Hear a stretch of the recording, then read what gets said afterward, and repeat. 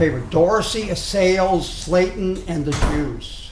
So the Jews have always been law-abiding, he said, but when it comes to convicting one of their people, that's when they're against it. Well, how about this? The Fur and Leather Workers Union was Jewish workers, and their leadership was Murder Incorporated, mainly Jewish assassins, Mendel Arelis, Bo Weinberg, okay? So the government, under the guise of attacking the mob, attacked the union. Workers wisely stood up and drove the government off. Then they had a secret caucus, and they took these gangsters and threw them outside the second-story window.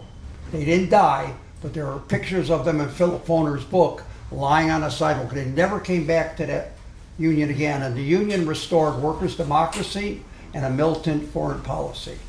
A militant trade union class struggle type policy that was kissing the behind of the Democratic Party.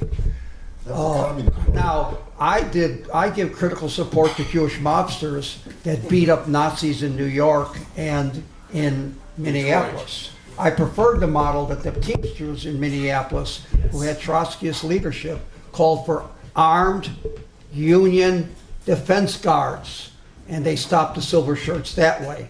But I could give critical support if a Jewish mobster, instead of breaking a strike, wants to break a Nazi's head, but they were warned not to kill them. You could beat the crap out of them, but you can't kill them.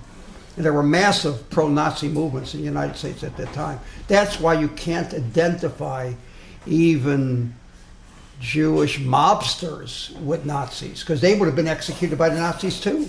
Now, I certainly think I'm against individual terrorism and criminality, but I don't identify it with a movement where the middle class and lumpen proletariat are used to mobilize and crush the working class. That's and in the secret pay of the capitalist class. That's a different phenomena, and we shouldn't mix metaphors.